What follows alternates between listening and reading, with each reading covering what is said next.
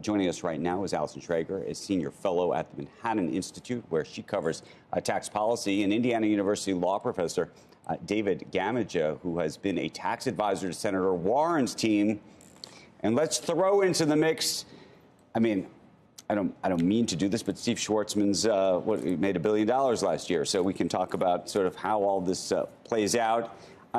Just to make this maybe marginally more of a debate or provocative, David, given that I know exactly where I think you stand on all this, what do you think of the idea of raising Social Security?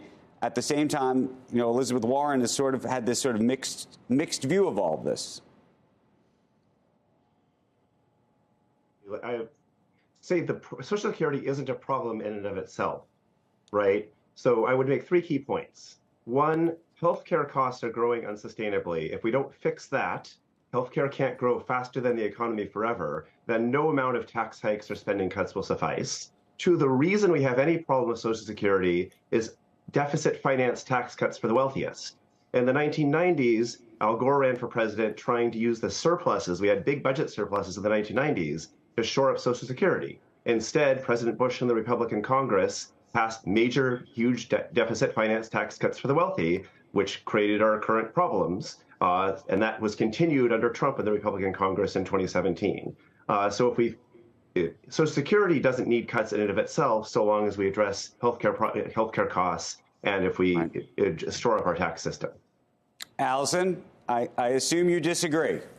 Yeah, I mean, my reading the CBO report and the Social Security Trustees report each year is just, I mean, that's not the problem. Social Security is due to start running deficits really just because we have an aging population, and it's a pay-as-you-go system where current workers pay for older workers.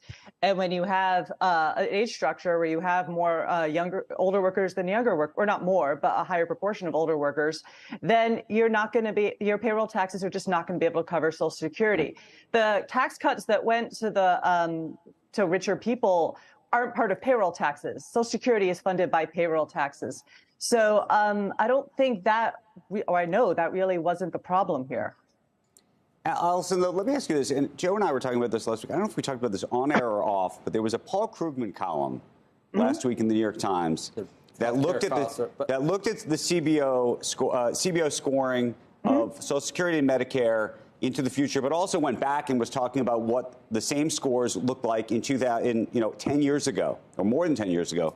And the suggestion was actually, happily, that, excuse me, that healthcare costs have actually, I don't want to say flatlined, but have not risen the way I think the expectation was. And if that is true, that maybe we don't actually need to cut back on these costs the way some had expected. Why were we conflating Medicare yeah, that was and an Social extraordinary, Security?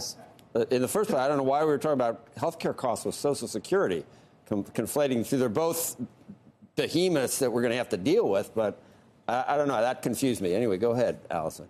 Yeah, I thought that was a rather interesting column because he also seemed to put a sunny spin on the fact that, you know, life expectancy was falling. So, gee, maybe Social Security won't cost so much.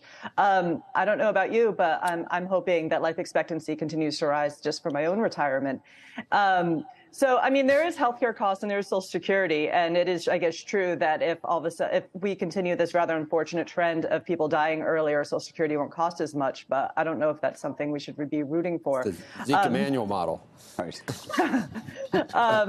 Actually, I mean, traditionally, like when I read the report each year, and often you see the not doom year, but the year Social Security payroll taxes no longer continue to pay for everything been going down. I mean, healthcare is another issue. I mean, obviously, there's a lot of inefficiency and, you know, ways to contain costs, but a lot of containing costs means clamping down on innovation, which would also prolong our lives, and that's not something I think we should clamp down on either.